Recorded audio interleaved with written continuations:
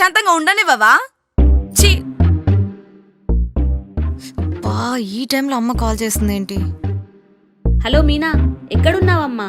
Hello అమ్మా, నీకు చెప్పే కదమ్మా రమ్యతో టెంపుల్కి వచ్చాను.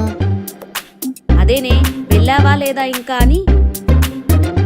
యో వచ్చానమ్మా, దర్శనానికి వెళ్తున్నాను, అయిపోగానే కాల్ చేస్తా నాగు.